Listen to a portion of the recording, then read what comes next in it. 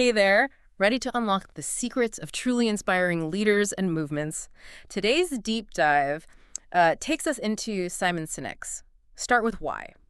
We're going to uncover what makes people like Martin Luther King Jr. or even brands like Apple so incredibly influential. And it really goes way beyond charisma or, those big marketing budgets. Right. We're talking about the fundamental why that drives human behavior. Yeah, that makes sense. It's not just about what they do, it's about why they do it. Sinek kicks things off with a great story about the Wright brothers and their quest to build the first airplane. And what's fascinating is they weren't the only ones trying to achieve flight at the time. Really? They had competitors with more money, more resources, even more experience. Yeah. Yeah. So what made the difference? Well, that's the thing. Those competitors, like Samuel Langley, they were driven by that goal of being first, the potential riches and fame. But the Wright brothers, on the other hand, they were fueled by a deeper why. Okay, I'm intrigued. Tell me more about that. So they fundamentally believed in the power of flight to change the world. Think about that for a second. A belief so strong, it propelled them past every obstacle, every naysayer, to achieve what many thought was impossible. That's incredible. It's like their why was stronger than any advantage in money or technology. Exactly. And it's this concept of the why that Sinek unpacks with his golden circle model. You see, most companies communicate from the outside in. They tell you what they do, maybe how they do it, but they rarely reveal their why. It's like those dating app bios that just list hobbies, Yeah. No spark, no real connection, just facts. Precisely. But truly inspiring leaders and organizations, they flip the script. They start by communicating their why, that core belief that fuels everything they do. So instead of leading with, we make computers, it's more like, we believe in empowering individuals through technology, and hey, we make these amazing computers that help us achieve that. Now you're getting it. Apple's success isn't solely about sleek design or user-friendly interfaces. It's about tapping into that deeper why. They've consistently communicated this belief in challenging the status quo, in thinking differently, and people connect with that idea just as much as they do with the product itself. Okay, that makes sense. But how does this all connect with us on a deeper level? Well, you see, Sinek argues it's not just some marketing tactic. Okay. It's actually rooted in our biology, specifically in how our brains work. Fast. Yeah, you see decision-making happens in the limbic brain, the part that governs emotions, not language. So that must-have-it feeling when you see the latest gadget that's not just clever marketing, it's my limbic brain going haywire. In a sense, yes. We make decisions based on emotions and gut feelings, and then we rationalize them with logic later on. Which explains my chronic indecision in the toothpaste aisle, so many choices. Exactly. But think about a time you were drawn to a product or idea. Okay. Was it simply the features, or was it the feeling, the why behind it, that truly hooked you? So we're not just rational beings making these calculated choices. We're driven by emotions, by this deep-seated need to connect with something bigger than ourselves. Right. And that's where the power of belonging comes in, right? Absolutely. Humans are social creatures, hardwired to seek out groups that share our values, and brands can become powerful symbols of those values. Like those Harley-Davidson tattoos, it's more than just a motorcycle, right? It represents a whole lifestyle, a community. Precisely. It's Yeah. about aligning yourself with a belief system, a tribe that reflects who you are or who you aspire to be. But it's not enough to simply declare your why. Oh. You have to live it, breathe it in every action and decision. So no bait-and-switch tactics, no sudden out-of-character product launches. Exactly. It's about building trust by consistently acting in alignment with your why. Think of it like a friendship. You trust people whose actions match their words over time. And that consistency is what fuels those tipping points Sinek talks about. Those moments when a company goes from niche to mainstream. Exactly. He borrows from Malcolm Gladwell's The Tipping Point, emphasizing the role of connectors and influencers. These are the early adopters, the passionate few who genuinely resonate with your why and amplify your message to the masses. So it's not enough to have a great why, you need to empower those early adopters. Give them a platform to become your megaphone. Yeah, and this concept of a powerful why it applies even in unexpected places. Think about the civil rights movement.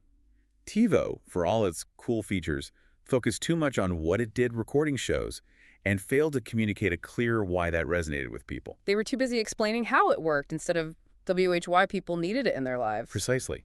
But the civil rights movement, driven by a powerful why equality for all, Ignited a fire that spread across the nation.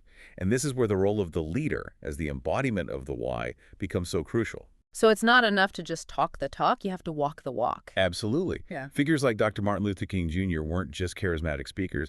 They embodied the very essence of the movement's why in everything they did. Their actions were a living testament to their beliefs, which inspired others to join the cause. And that brings us back to trust and authenticity.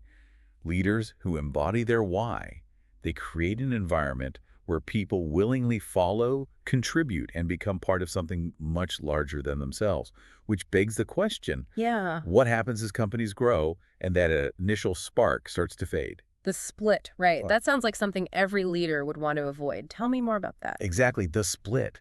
It's that critical juncture when an organization's why, starts to get overshadowed by its growth and complexity. Like a band's early music. That was raw and full of heart, and then they get famous and suddenly it's all studio polish and commercial jingles. That's a great analogy. Mm. That initial passion and purpose that fueled the early days gets diluted. Systems and processes take over, and the why becomes an afterthought instead of the driving force. Southwest Airlines is a great example. They built their brand on a very clear why, championing the everyday traveler and making air travel accessible to everyone. Right. They're known for their fun-loving culture, but there's a strategic brilliance to it. It wasn't just about cheap flights. It was about changing how people traveled. Exactly. And a lot of their success can be attributed to their founder, Herb Kelleher. He embodied that why in everything he did, from his leadership style to the company culture. He was legendary for wearing Hawaiian shirts to board meetings and hanging out with employees on the tarmac. Exactly. He understood that a leader's role isn't just about strategy. It's about embodying the why and reminding everyone what the company stands for, especially as it grows. So he was like a walking, talking why, ensuring everyone was along for the ride. Precisely.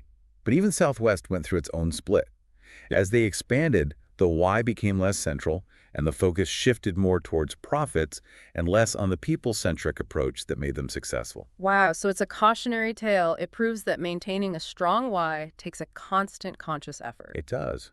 And it requires a commitment to measuring what matters. Sinek talks about this, measuring what matters. What does he mean by that? So it's about going beyond traditional metrics like profit margins and market share. Those are what's, not whys. Right. To truly gauge the health of a why-driven organization, you need to look at actions and behaviors that reflect that core belief. Okay, yeah. It's about asking, are you staying true to your values? Are you treating your employees well? Are you making a positive impact on the world? Think about Costco. They prioritize their employees and their values, even if it means slightly lower profit margins. Costco has that reputation for generous employee benefits and fair wages. Exactly. It reflects their why, Hmm. taking care of their people and creating a community of shared values. In contrast, think about a company like Walmart that, while initially successful with a similar model, shifted away from those core values. Mhm. It highlights that maintaining a strong why is an ongoing process, not a one-time fix. It's a constant journey of staying true to yourself, especially amidst growth and change. And this connects back to leadership, right? Sinek is a big advocate for hiring for the why. He is. He argues that great leaders don't just hire for skills, they hire for shared belief. They look for people who resonate with their why, who are passionate about the cause, and are willing to go the extra mile to bring it to life. It's about building a team that's united by a shared purpose, a team that's driven by more than just paycheck. Exactly. It's like Ernest Shackleton, the Antarctic explorer, who famously advertised for his expedition with "safe return doubtful." He wasn't looking for just anyone. He wanted people driven by the challenge, who shared his thirst for adventure. That's how you build a team capable of extraordinary things. So how can someone listening apply this, not just in a huge company, but in their own career, their own life? That's the beauty of Sinek's work, He gives us a framework to understand not just what makes businesses successful, but what makes individuals and movements impactful. It's about identifying your personal why, what gets you excited, what impact do you want to make on the world, and then asking yourself, are your actions aligned with that why?